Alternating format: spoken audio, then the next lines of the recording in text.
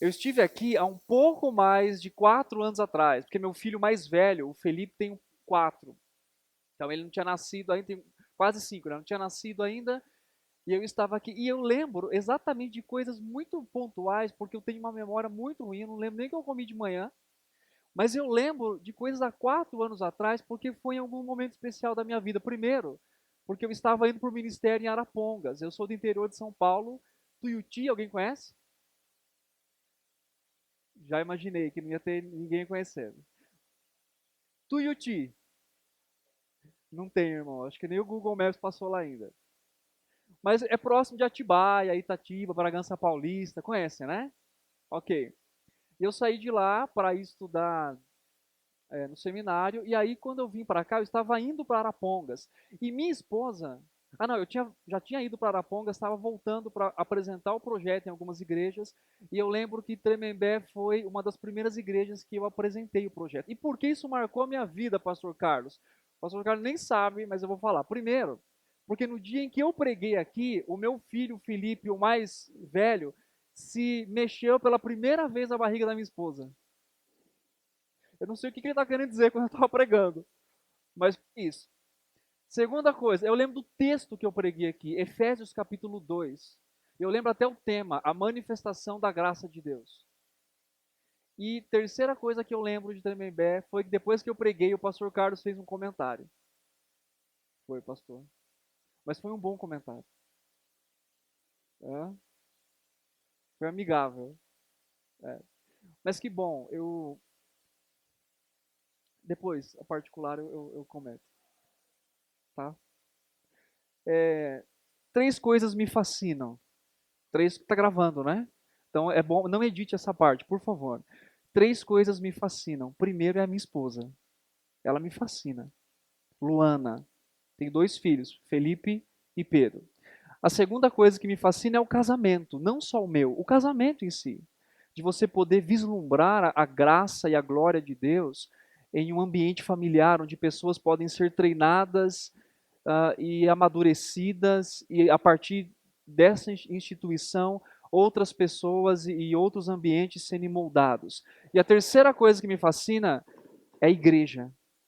Quando eu olho para a igreja, eu não os conheço, mas eu tenho plena convicção de que todos aqui têm as suas indiferenças. E é isso que é o belo na igreja. Né? Tem um livro que chama Por que Amamos a Igreja, do Kevin DeYoung. Ele escreve junto com um membro da igreja dele, e ele fala sobre por que nós devemos amar a igreja do Senhor. E ele dá ali algumas razões, e uma das razões que ele diz é exatamente ser diferente. Porque a graça de Deus alcança pessoas tão diferentes, tão, né, com culturas, mesmo morando no mesmo país, no mesmo bairro, na mesma cidade, mas nós somos tão diferentes. Mas ao olharmos para o grupo da igreja, nós podemos ver a glória do nosso Deus. Isso é para mim fascinante. Toda vez que eu vou a uma igreja, eu gosto muito de observar, observando a história aqui, né? Observando vocês aqui de cima e até mesmo pregando, tendo essa oportunidade, mas é uma coisa que realmente me fascina, poder ver a graça de Deus sendo manifesta em cada coração, em cada vida e transformando para que nós pudéssemos chegar exatamente aquilo que Ele determinou para nós, a uma unidade e principalmente a manifestar o seu amor e a sua graça no mundo caído. Então que o Senhor continue abençoando esta igreja, abençoando a cada vida, aos pastores, aos líderes, e eu fico muito grato a Deus por poder participar desse momento com vocês. Abra sua Bíblia, por favor, em João capítulo 17. Já foi lido o texto, eu gostaria de ler novamente. Por favor, que você acompanhasse comigo. João 17, nós vamos ler os versículos. Diz assim: Tendo Jesus falado essas coisas, levantou os olhos ao céu e disse: Pai, é chegada a hora. Glorifica teu filho, para que o filho te glorifique a ti.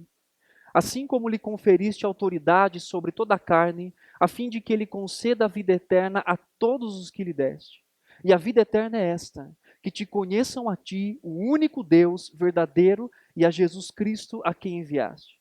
Eu te glorifiquei na terra, consumando a obra que me confiaste para fazer.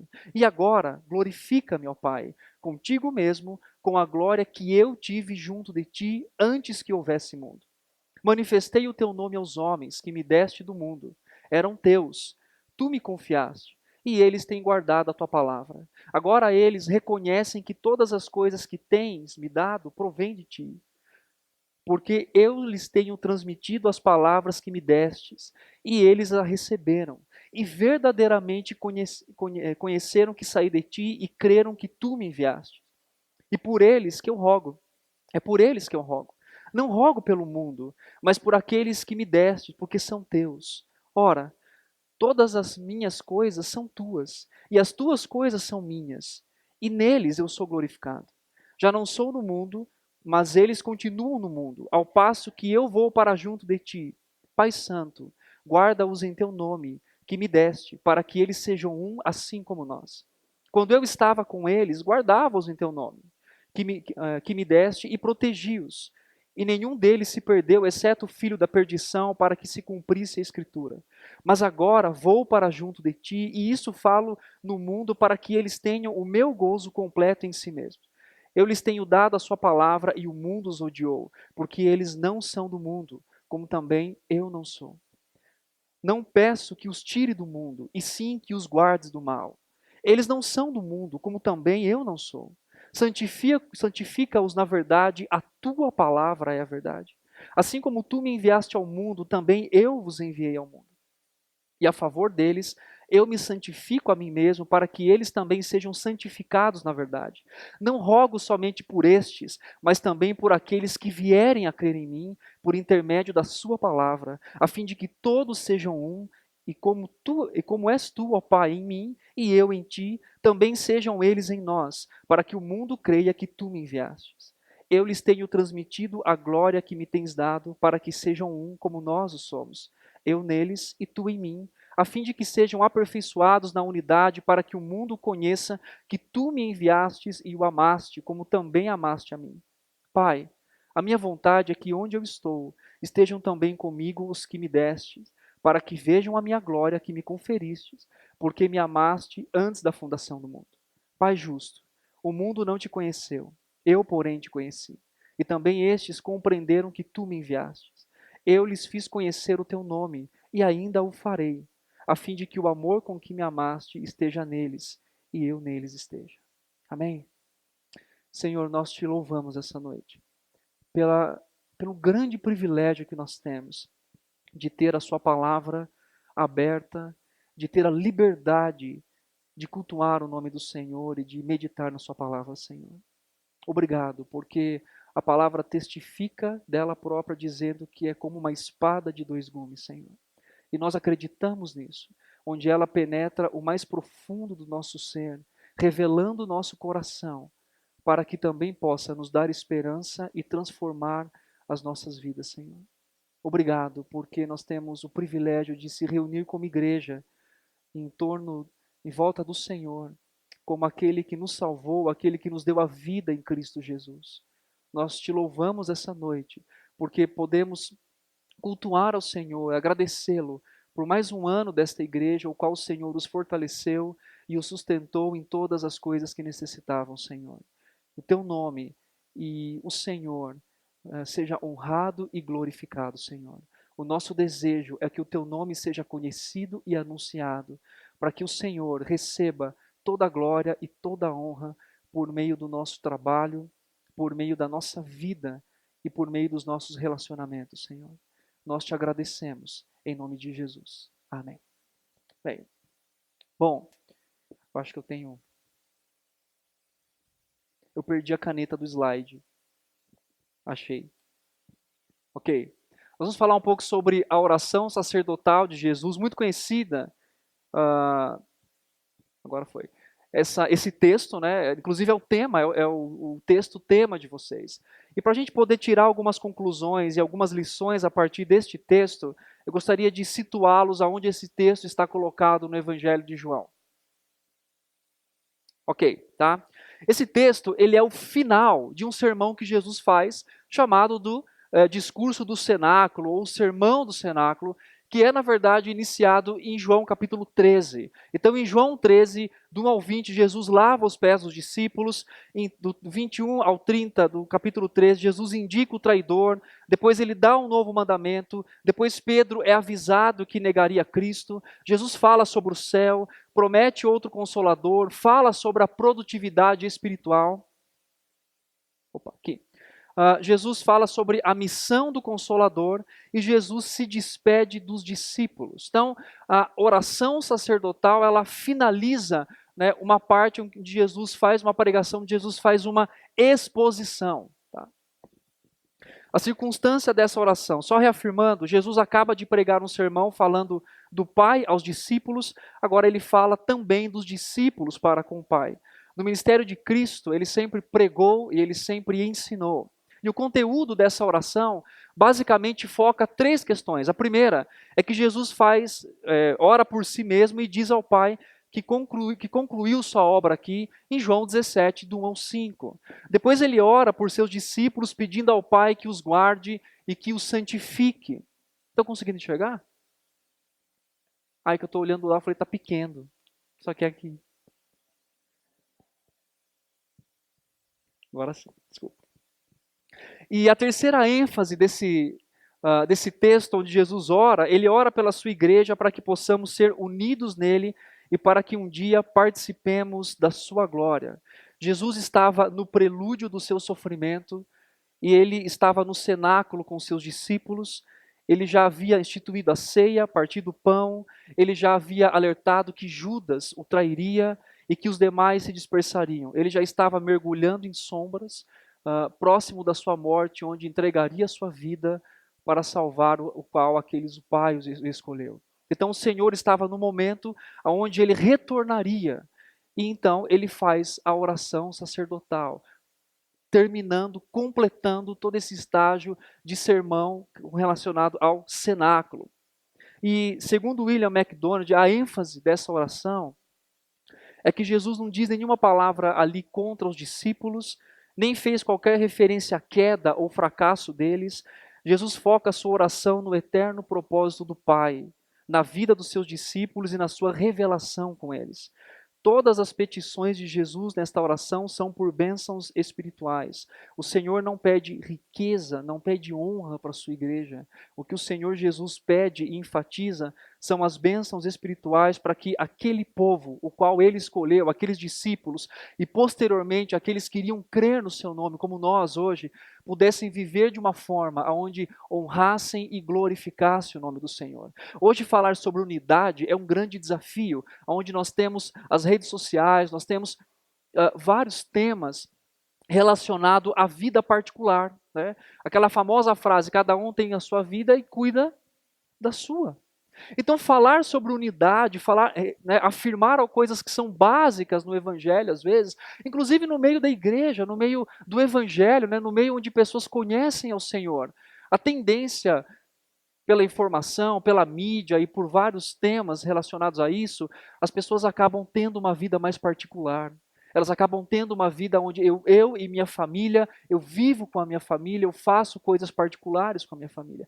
E pensar em unidade não só pelo fato de estar junto, de estar reunidos em um mesmo local, mas pensar em unidade, onde nós proclamamos o nome do Senhor, onde nós mostramos uns aos outros o amor de Cristo e a comunidade em qual nós vivemos, é extremamente relevante nos dias de hoje. O próprio Senhor Jesus disse que o mundo nos conheceria pelo amor que nós temos uns pelos outros. O quanto nós demonstramos isso com a forma que nós vivemos e a forma que nós compartilhamos a nossa fé. Eu gostaria de compartilhar algumas lições relacionadas à oração de Jesus, na verdade 4, dando a ênfase maior no último ponto, onde fala sobre a unidade, que é exatamente o tema que os irmãos têm trabalhado aqui. Opa, estou voltando. Ok, tá? Nós podemos sintetizar a petição de Jesus em 4 áreas quando ele ora pelos discípulos: salvação, segurança, santidade e unidade.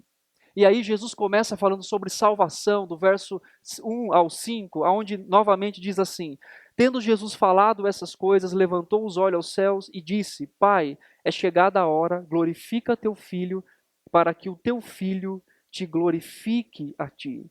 Jesus fala sobre a sua exaltação e a base da sua oração, a base como ele ora, pedindo coisas relacionadas aos discípulos e a si próprio, está baseado na questão da exaltação, ou seja, da sua cruz, da sua morte, da sua ressurreição. E ele diz coisas, por exemplo, a hora tinha chegado. Isso nos faz pensar, quando Jesus ora pelos seus discípulos, e ele coloca a sua obra ali, isso nos faz entender que o nascimento e a morte de Jesus não foi um acidente. Não é algo que aconteceu por acaso. Jesus tinha planejado todas as coisas com o Pai. E quando ele deu sua vida de forma eficaz. Ele deu a sua vida por um povo o qual ele estava vendo naquele momento, mas também ao qual à frente ele diria: eu também rogo por esses que haverão de crer. Então, quando nós pensamos na igreja, não é só um lugar, não é só um local onde as pessoas se reúnem por acaso. Aonde você está aqui por acaso vivendo a sua vida porque você encontrou um bom lugar, uma boa comunidade, um lugar que socialmente é bom, que envolve, obviamente, a vida social da igreja. Mas a igreja é um local onde nós podemos olhar uns para os outros e perceber e entender: nós somos o plano de Deus. Fomos planejados pelo Senhor, aonde Ele também deu a sua vida por isso. Por isso podemos entender que a morte de Cristo na cruz não foi uma derrota, mas na verdade foi uma vitória, onde Ele estava reunindo para si um só povo que pudesse honrá-lo e adorá-lo por isso. Pensando ainda no instrumento da salvação, a cruz é um instrumento de glória para o Pai. A prioridade de Jesus era a glória de Deus e a sua crucificação trouxe a glória ao Pai. Ela glorificou sua sabedoria, sua fidelidade, santidade, sua justiça e trazendo ao pecador a esperança de um dia andar e conhecer ao Senhor. Quando nós olhamos para a cruz do nosso Salvador, quando nós olhamos grande sofrimento e quando nós olhamos uns para os outros, nós podemos ver o propósito de tudo isso. Por que o Senhor deu a sua vida? E olhar e ver pessoas sendo transformadas no seio da igreja, pessoas mudadas, pessoas que chegam aqui com as suas vidas destruídas e de repente você as vê servindo ao Senhor. Você olha, a cruz de Cristo é realmente eficaz, porque ela cumpre aquilo que foi determinado cumprir. A cruz é um instrumento de glória para o Filho também. A cruz não só estava derrotando o nosso Senhor, não estava, na verdade, derrotando o nosso Senhor, mas a cruz glorificou a compaixão de um Deus que nos amou a ponto de ter entregue o seu único Filho para morrer na cruz do Calvário. Ele disse: ninguém tira a minha vida, pelo contrário, eu espontaneamente a dou. Paulo disse: Cristo me amou e a si mesmo se entregou por mim. Então, traz uma segurança tão grande. E como é belo saber que hoje, do que nós participamos, mesmo sabendo a feiura às vezes que é a igreja, e esse termo é usado pelo Kevin DeYoung no seu livro, que às vezes nós vemos a feiura da igreja, né? Olhamos assim e vemos... eu lembro uma vez, quando eu estive aqui, o pastor Carlos também falou uma coisa interessante. Ele me chamou para conhecer a igreja. Não tinha nada disso daqui. Não tinha isso daqui. Tinha uma parte, mas não estava terminado, né? E eu lembro que ele estava muito empolgado, irmãos. Ele chegou aqui, me chamou e falou: olha aqui, Tiago, ó, tá vendo aqui? Aqui vai ser isso daqui, aqui vai ser o púlpito, aqui vai ser... E ele começou a falar um monte de coisa, e eu não entendi nada, irmãos. Eu não entendi nada. E não é porque ele explica mal, é porque eu não tinha noção. Não tinha noção do que ele estava dizendo. Então, quando ele falou assim: olha, aqui vai ser a galeria, e vai ter uma entrada aqui, vai ter uma porta aqui, eu falei: meu Deus, o que ele está querendo me dizer? Aí, no final, eu dei aquela risada e falei: nossa, que legal.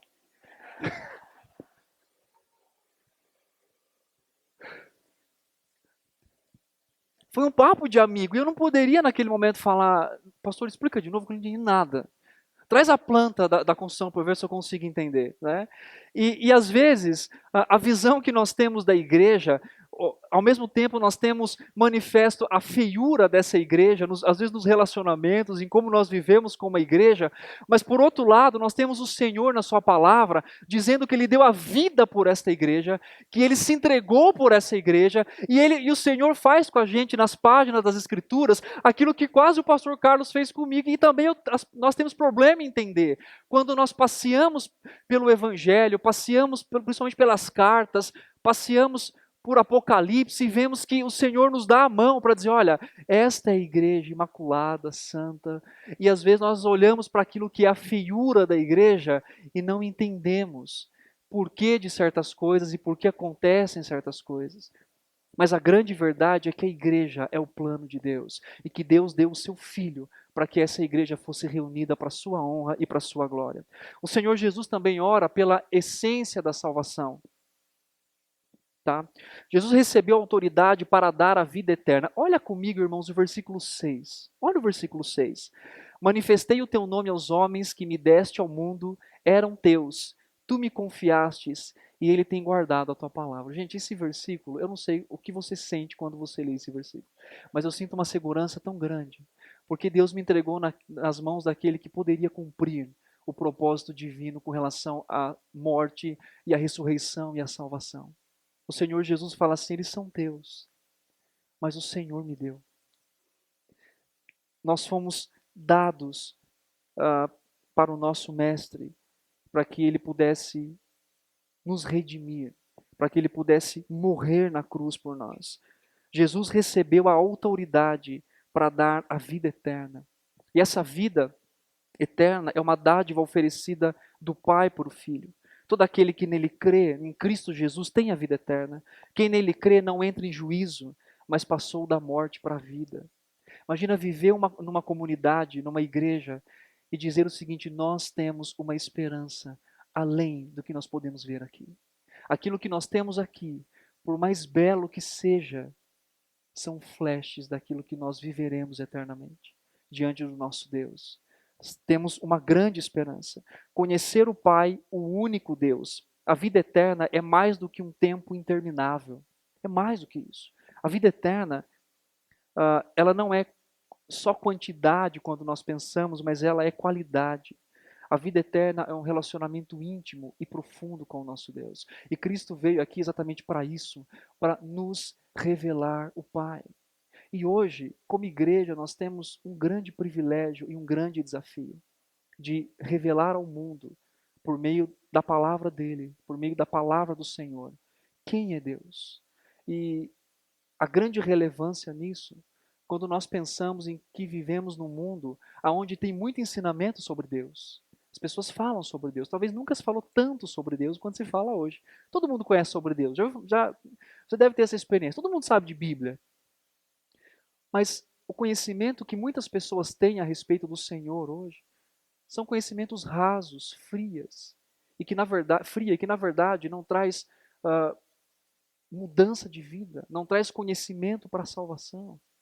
Então hoje foi revelado a nós, e quando ele diz assim, eu revelei, isso está inteiramente ligado à vontade do próprio Deus.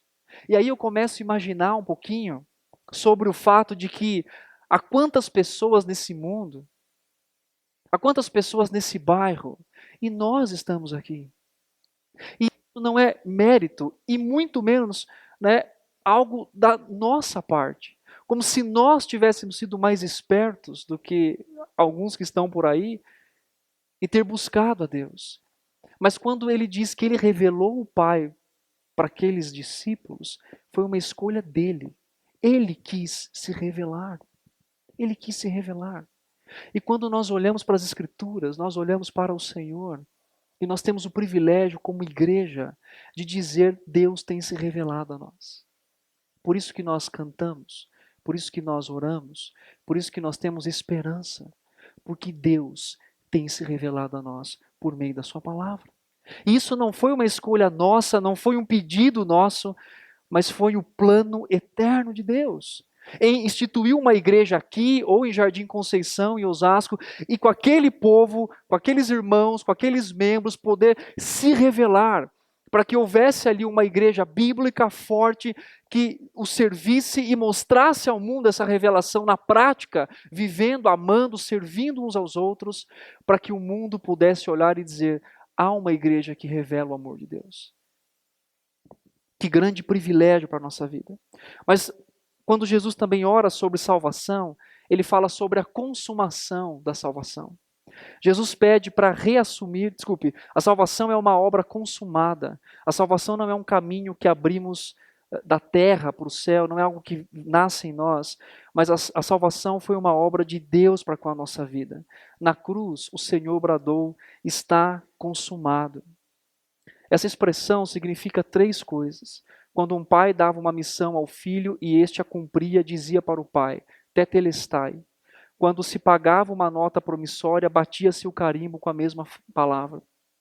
Quando se recebia a escritura de um terreno, escrevia-se na escritura tetelestai, dizendo que a obra foi consumada.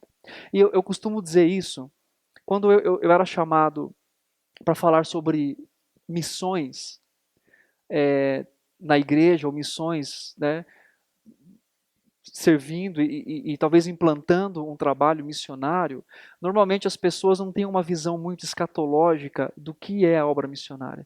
Normalmente as pessoas usam Mateus 28, que é um texto de grande comissão de Jesus, dá uma ordem aos discípulos, mas para mim, como missionário que fui durante um tempo, falar sobre missões é falar de uma coisa que dá certo em todo o tempo. E o dar certo em todo o tempo, como nós falamos da consumação aqui, não é só dizer que vai ter muitas pessoas, poucas pessoas, quantas almas se salvaram. Mas a grande ideia é que eu faço parte de uma obra que já está consumada. Eu faço parte de uma obra que não possivelmente dará certo. Eu faço parte, como igreja, de uma obra que já deu certo. E que ela se manifesta hoje nas igrejas locais e na salvação de pessoas, mas nós fazemos parte, como igreja, não daquilo que poderá dar certo, porque a obra do Senhor foi consumada e aplicada a nós em tempo oportuno para que nós pudéssemos revelar a sua glória. O Senhor também fala sobre a recompensa da salvação, versículo 5.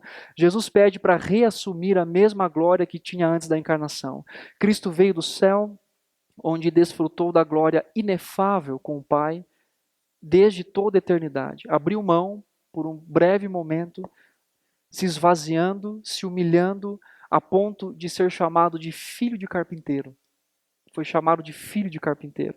Mas agora ele estaria retornando para o céu, a sua glória, sua honra e sua majestade. Jesus pede para que a sua igreja veja a sua glória, que um dia nós haveremos de contemplar nos últimos versículos, o qual nós usaremos depois. Então Jesus fala sobre a segurança da salvação, fala sobre estar salvo, fala sobre toda a sua obra, mas também nessa oração Jesus fala sobre segurança. Versículos 6 a 14, o verso 6 fala assim: manifestei o teu nome aos homens que me deste ao mundo, eram teus, tu me confiastes e ele tem guardado a tua palavra.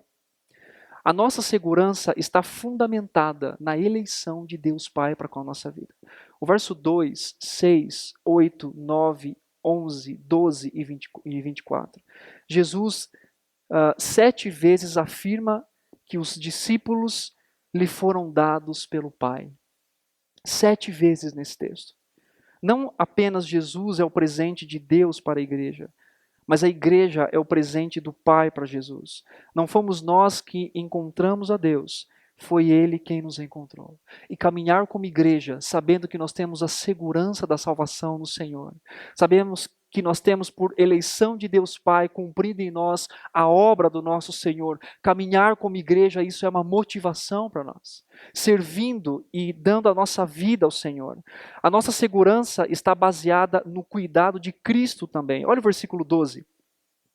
Quando eu estava com eles, guardava-os no teu nome que me deste e protegi-os, e nenhum deles se perdeu, exceto o filho da perdição, para que se cumprisse as Escrituras.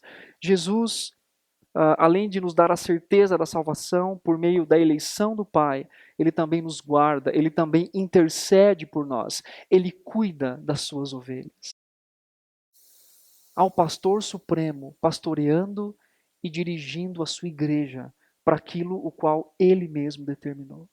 E que privilégio saber que ainda que o pastor Carlos fale no seu pastoreio, eu acho que não, mas talvez, que o pastor Tiago fale no seu pastoreio, que eu fale no pastoreio, nós temos aquele que nos pastoreia de uma forma santa e sublime, que nunca erra e que nos corrige. Ele nos guia, ele nos dirige, porque ele é o dono da igreja. O Senhor também ora. Desculpe. A nossa segurança está baseada na intercessão de Cristo. Verso 9, 11, 15 e 20. Cristo orou pelos seus discípulos nas suas diversas dificuldades. E dois pedidos principais que Jesus faz aqui dentro da intercessão é que eles fossem guardados do mundo. Versículo 14 diz assim: Eu lhes tenho dado a tua palavra e o mundo os odiou porque eles não são do mundo, como também eu não sou. E também no verso 15, que eles fossem guardados do maligno.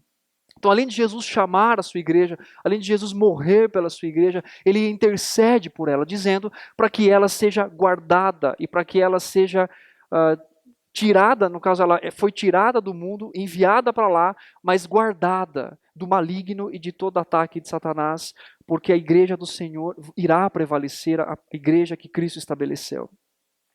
E também o Senhor orou por santidade.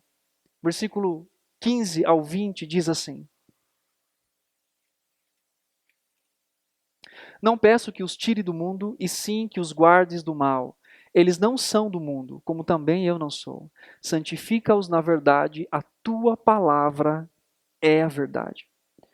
A nossa entrada no céu foi inteiramente pela graça de Deus, não pelas nossas obras. Mas o Senhor também nos deu o privilégio de sermos transformados aqui, de sermos mudados aqui. Fomos santificados pela palavra e somos a cada dia santificados. Cristo nos transmitiu a palavra e nos deu a palavra. A palavra de Deus é a dádiva do próprio Deus para nós. A palavra é de origem divina, é uma dádiva preciosa para nós. E isso nós podemos perceber o cuidado de Cristo conosco. Ele não só uniu um povo, mas ele uniu um povo com um propósito. E um dos propósitos que ele deu a esse povo, que nós lemos em Romanos 8, 29, que nós nos tornássemos ao seu caráter.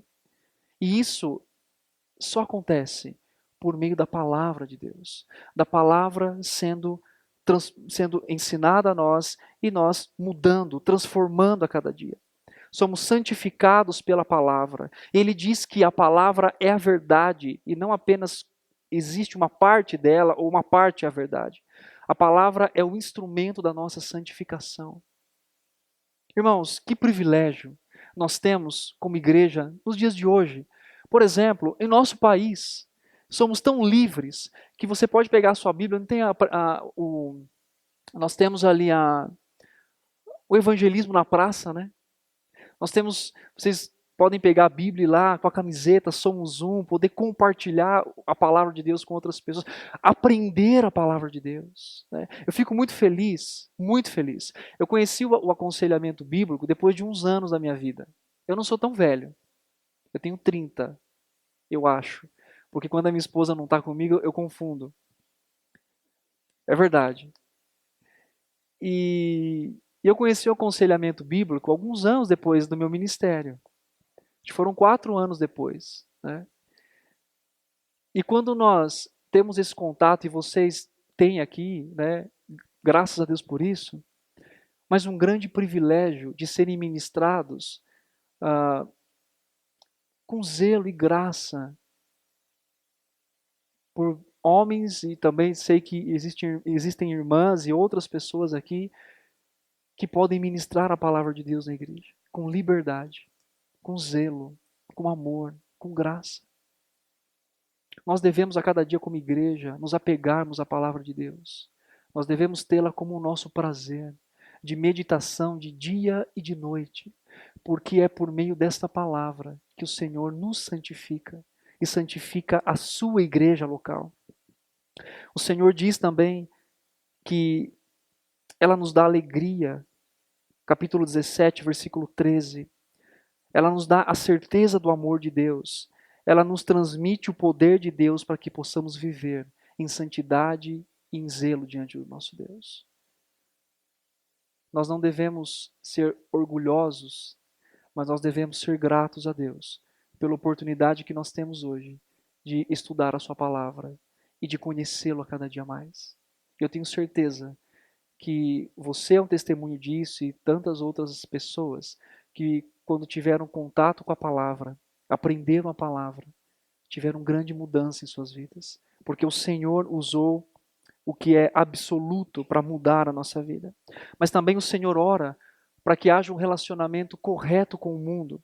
Não somos do mundo. Somos odiados pelo mundo. Somos chamados do mundo. E estamos no mundo, mas somos guardados do mundo. Então o Senhor ora, dizendo no versículo 14 até o 19, dizendo: nós não somos mais desse mundo. Nós temos uma nova identidade. Nós temos algo novo na nossa vida, que apesar de vivermos aqui com os desafios que temos numa sociedade caída e pecaminosa, nós não fazemos parte daqui. E quando eu digo que você não faz parte desse mundo, né, não é para você falar assim, agora também não trabalho mais, não vou para a escola mais, porque eu não pertenço a esse mundo, né? O que o Senhor está dizendo aqui é o sistema de valores desse mundo. Nós não fazemos parte mais aqui. E a oração de Cristo, a oração sacerdotal relacionada à questão da santidade, ele diz, eu os tirei daí, eu vou enviá-los novamente, mas eu vou guardá-los desse mundo. Guardá-los desse mundo. Eu vou dizer uma coisa que talvez você nunca tenha pensado nisso, ou talvez já tenha pensado. Lá na igreja, uma vez saiu, sabe aquela frase que os crentes dizem na igreja? Eu não sei se vocês dizem aqui, ou alguém já disse, ou você já ouviu, mas aquela frase assim, os jovens estão se perdendo todos da igreja. Já ouviu essa? Já ouviu? Tá vendo, pastor? Todo mundo saindo da igreja. O que está acontecendo? É o mundo. O mundo está entrando na igreja. Todas aquelas frases. Eu concordo, até certo ponto, com questões de influência do mundo. Mas quando eu olho para esse texto, eu vejo o Deus Filho intercedendo por mim, intercedendo pelos discípulos, dizendo, guarda-os do mundo, livre-os do mundo. Eles não são desse mundo. E o Senhor diz assim, enquanto eu estive aqui, eu os guardei, agora eu vou para o Pai, e eu peço, Pai, que o Senhor os guarde em seu nome. É claro que nós vivemos uma realidade pecaminosa e caída hoje. Mas, irmãos, nós podemos ter a segurança de que o Senhor está guardando a sua igreja do mundo. E que Ele sempre e em todo tempo vai levantar, enaltecer a sua palavra, para que os princípios mundanos sejam quebrados. A igreja é dele, Ele está guardando. Ele esteve aqui e guardou os seus discípulos até o fim. E o Senhor é poderoso para nos guardar até que tudo isso chegue ao fim. Ou pela nossa morte, quando estivermos com Ele, ou pelo seu retorno. Ele é poderoso para isso. Para guardar a sua igreja do mundo e dos ataques de Satanás. E por fim, um pouco mais relacionado ao nosso tema, de forma mais específica, é a unidade da igreja. O verso 21 diz assim, a fim de que todos sejam um, e como és tu, o Pai em mim, e eu em ti, também sejam eles em nós, para que o mundo creia que tu me enviastes. Né?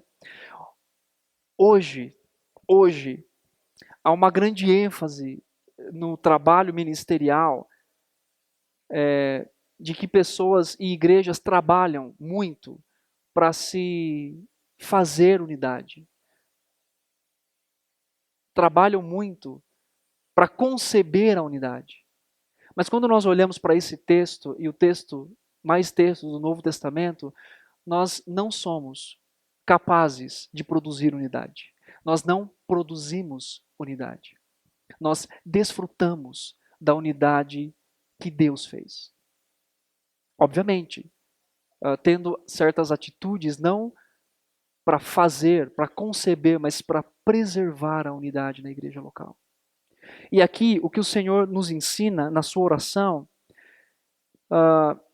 é que a unidade é a vontade de Deus para a sua igreja. O verso 20 e 21 diz assim: não rogo somente por estes, mas também por aqueles que vierem a crer em mim por intermédio da sua palavra, a fim de que todos sejam um. E como és tu, ó Pai, em mim e eu em ti, também sejam eles em nós, para que o mundo creia que tu me enviastes. Então, a unidade, ela, por mais que a gente trabalhe como igreja, né, coloque aquilo que eu disse no início, colocar um monte de pessoas diferentes no mesmo lugar, o que, que vai dar isso daí? Vai dar briga, não vai dar briga? Vai dar problema? Caberia até uma ilustração aqui, mas como eu sou muito ruim com ilustração, vamos só ficar na ideia que dá briga. Porque nós não somos capazes de produzir unidade. Isso é algo sobrenatural. Isso é algo dado pelo nosso Deus. No projeto dele para a sua igreja, no projeto dele para os discípulos, havia a unidade, o qual nós hoje devemos preservar. Jesus Cristo orou ao Pai pedindo unidade para todos os cristãos de todas as épocas. Isso é mais do que suficiente para entendermos que a unidade é a vontade de Deus. Ponto. Então, viver em unidade não é um plano de igreja local. Viver em unidade não é um plano de crescimento de igreja local. Viver a unidade não é simplesmente pensar em como nós podemos comer juntos, trabalhar juntos, crescer juntos, servir juntos. Primeiramente, viver em unidade é cumprir o propósito de Deus, que Ele estabeleceu, que Ele deu para a igreja local. É refletir isso em nossos relacionamentos. A unidade que Jesus está falando, ela não é só externa. Porque nós podemos estar juntos aqui e não sermos unidos, não é isso? Você pode estar todo dia com a sua esposa e não ser unido com a sua esposa.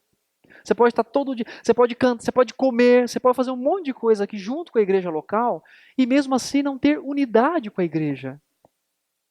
Não ter mesmo pensar com a igreja. Que na primeira oportunidade você diz, não, isso aí está tudo errado. Não, não é por aqui.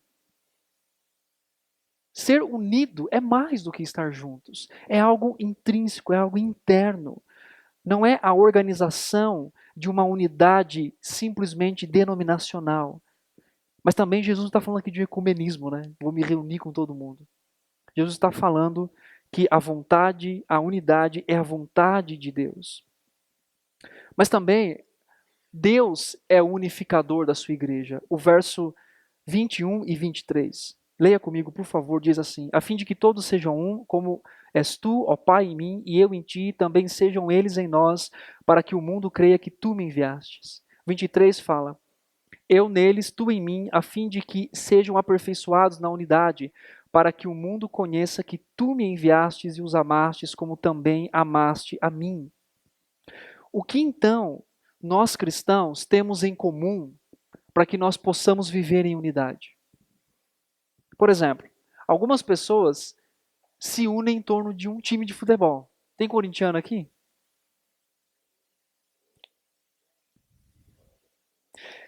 Sinto que eu irei apanhar depois pós-culto. Pastor, o senhor me libera 5 minutos antes? Obrigado. Pessoas se reúnem em torno de uma banda musical. Ai, que aquela banda, ai, que bonito, vamos, né? Hoje, todos os tipos de unidades que nós temos no mundo, nenhuma delas exemplifica a real unidade que a igreja tem que viver. Porque essa unidade está em Deus. Deus é o unificador da igreja. Qual que é a cola que a igreja tem para que ela possa viver em unidade? A resposta é óbvia. Acima de tudo, o fator da unidade entre os cristãos é o próprio Deus. Onde todos nós vivemos nos relacionamentos, no serviço, na vida, não para honrar uns aos outros, para agradar uns aos outros, mas para honrar e agradar ao nosso Deus. Ele é o que nos unifica, ele é o sistema unificador da sua igreja. A lógica de que Jesus apresenta para nós no texto é a seguinte: cada cristão, como igreja, está em unidade com Jesus. Jesus, como filho, eterno de Deus está unido ao Pai, logo a igreja está unida a Jesus, e essa unidade com Deus também em sua plenitude. Então nós estamos unidos uns aos outros com base, que é o terceiro ponto ali, da Trindade. A Trindade é o padrão da unidade. Ao que se assemelha a unidade da igreja? Qual é o grau de unidade que os cristãos em Cristo têm? A comparação de Jesus para oferecer o padrão da unidade para nós é a unidade da própria Trindade. Eu lhes tenho transmitido a glória que me tens revelado, para que sejam um como nós somos. Segundo D.A. Carson, ele diz que glória, geralmente aqui desse texto, refere-se à manifestação do caráter ou da pessoa de Deus em um contexto revelador. O Filho, portanto, é a glória, revelação do Pai, e em seu ministério manifestou essa glória aos cristãos. Um dos motivos dessa revelação do Pai e do Filho e de como eles se relacionam é para servir como padrão de unidade para a igreja, para que todos sejam um, como o Senhor diz, nós o somos. Nesse ponto, nós podemos pensar em três coisas importantes. Primeiro, eles servem de padrão relacional para a unidade cristã, no sentido de amor e intimidade. Então, apesar de ter a mesma essência divina, os três, mas de forma econômica, de forma de função, eles se divergem, mas eles são amorosos e íntimos uns dos outros. Então, o primeiro padrão relacional que a Trindade dá à igreja é amor e intimidade, onde nós podemos compartilhar a nossa vida uns com os outros dessa forma. Ação no mesmo propósito, também a Trindade se relaciona dessa forma. Ação no mesmo propósito. Imagina se cada um de nós aqui tivermos um propósito diferente para a igreja. Onde a igreja vai parar? E é interessante que não é o mesmo propósito nosso, é o mesmo propósito do Senhor. Às vezes alguém fala para mim assim lá, pastor, eu acho que a igreja deveria ser assim. A igreja deveria ser assado. Eu falo, irmão, primeiro o que Jesus quer da sua igreja? Qual é o padrão? Qual é o propósito? E nós devemos caminhar nesse propósito. Então, o sistema relacional da Trindade, eles têm ação no mesmo propósito. E eles também têm autoridade e submissão. Sem entrar em cada detalhe de cada ponto aqui, mas além da importância do amor, da intimidade, além da importância de ação no mesmo propósito que a Trindade tem, mas eles também têm um relacionamento de autoridade e submissão. E essa unidade na igreja também funciona assim. Nós devemos considerar o outro superior a nós mesmos. Se não tiver esse tipo de relacionamento, nós não podemos preservar a unidade. Imagina se todo mundo aqui se achar o melhor. Ou eu pensar o seguinte, olha, eu sou melhor do que você. Por isso que há autoridade, mas também há submissão. Esse padrão revelado por Jesus nos ensina que a unidade deve ser baseada em amor e intimidade, cultivando afeições santas e conhecendo uns aos outros. Nós devemos também estar no mesmo propósito como igreja, um só Senhor, um só batismo, um só Espírito, como Paulo escreve aos Efésios, mas também ter relacionamentos de autoridade e submissão. Nós não podemos viver em unidade quando nós não consideramos o outro superior a nós e quando não há também um relacionamento de intimidade, de amor. E por último ali, a unidade que Jesus ora tem um propósito. E qual que é o propósito dessa unidade? É um propósito missionário. É um propósito que a glória de Deus seja reconhecida. Versículo 21 diz assim, para que o mundo creia que tu me enviastes. Para que o mundo, versículo 23, para que o mundo conheça que tu me enviastes e os amaste, como também amaste a mim. A unidade da igreja é o testemunho do amor de Deus pelo seu povo e da missão de Deus em resgate por um povo. Olha só, quando nós vivemos a unidade que Jesus ora, quando nós vivemos dessa forma, nós estamos dizendo ao mundo do amor que ele tem, do amor que Deus tem pela missão, que Deus tem uma missão e do amor dele para com a sua igreja. Nós revelamos para a sociedade que nós estamos o amor gracioso e misericordioso do nosso Senhor. Quando essa unidade é quebrada, nós estamos dizendo ao mundo que talvez Deus não tenha cumprido com eficiência a sua missão de unir um povo e de, por meio desse povo, revelar a sua glória. Unidade eclesiástica não é menos, mas também não é mais do que amizade, afetos e afinidades. Sabe aquela coisa? Uma vez fiz uma entrevista com uma moça que ela queria se batizar na igreja. Ela queria ir descer as águas, se batizar. E aí eu fiz uma pergunta para ela. Eu falei assim: por que você vem à igreja? Ela falou assim: eu venho na igreja porque eu tenho amigos aqui. Aí o que aconteceu? Todo mundo lá, quer dizer, a maioria dos irmãos levantaram a mão e falaram assim: e Jesus? Você não vem por causa de Jesus, não? Eu confesso que no primeiro momento que ela deu a resposta, eu ia falar a mesma coisa. Mas sabe quando depois faz sentido o que ela falou? É claro que é por causa de Cristo. Mas ela enxergava nos relacionamentos, no discipulado, ela enxergava na comunhão da igreja o amor de Deus. É claro que talvez para a gente falar, mas tem que ir na igreja por causa de Cristo. É claro que eu venho na igreja por causa de Cristo. Você não vem por causa de Cristo? Mas se você chegasse aqui e ninguém gostasse de você, você voltaria? Voltaria, pastor Carlos? Estou aqui por causa de Cristo. É claro. Essa frase, estamos aqui por causa de Cristo, porque Ele deu a sua vida. Mas igreja também são relacionamentos santos, saudáveis e amáveis.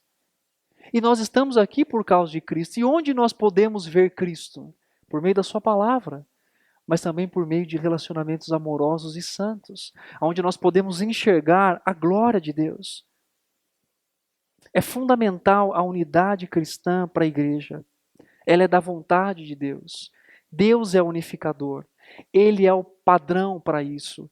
E Ele é também um exemplo na Trindade de como nós devemos andar em unidade.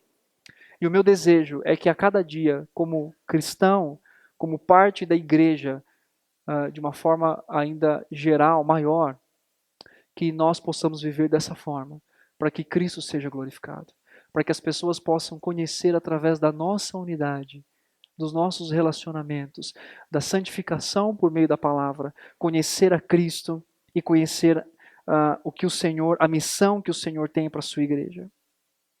Da próxima vez que eu e você pensarmos em quebrar a unidade, seja por qualquer coisa, pense em todas essas implicações. Na verdade, nenhuma luta que nós podemos fazer, podemos quebrar a unidade, porque a unidade é divina. Mas nós podemos atrapalhar, nós podemos não atrapalhar o processo da unidade, porque ele já existe e nós devemos preservá-lo, mas nós podemos ser alguém que, na verdade, está lutando contra um propósito. Às vezes, o propósito da nossa própria igreja, aonde tem o desejo de honrar e de glorificar a Deus. E o último versículo que eu gostaria de ler é o versículo 26, que diz assim: eu lhes fiz conhecer o teu nome e ainda o farei conhecer, a fim de que o amor com que me amaste esteja neles e eu neles esteja. E o versículo 24 diz assim, Pai, a minha vontade é que onde eu estou estejam também comigo os que me destes, para que vejam a minha glória que me conferistes, porque me amastes antes da fundação do mundo. Jesus encerra no momento final da sua oração sacerdotal, dizendo do seu desejo pela glorificação da sua igreja. E ele diz o seguinte: aonde eu estou, eu quero que eles estejam, porque eu os santifiquei, porque eu cumpri a obra, porque eles vivem em unidade, eles obedecem a sua palavra. Então, essa unidade que nós contemplamos aqui, que nós vivemos aqui de uma forma ainda limitada, um dia nós podemos desfrutar diante e face a face com o nosso Senhor, vivendo diariamente na esperança de que um dia nos encontraremos com Ele e poderemos olhar nos olhos daquele o qual planejou tudo para a sua igreja. E talvez hoje não entendamos muitas coisas, mas um dia poderemos dizer: Senhor, obrigado pela perfeição do seu plano e por eu fazer parte daquilo que o Senhor deu a este mundo. Que o Senhor nos ajude a permanecermos fiéis até aquele dia, para que o seu nome seja honrado e glorificado. Amém? Vamos orar.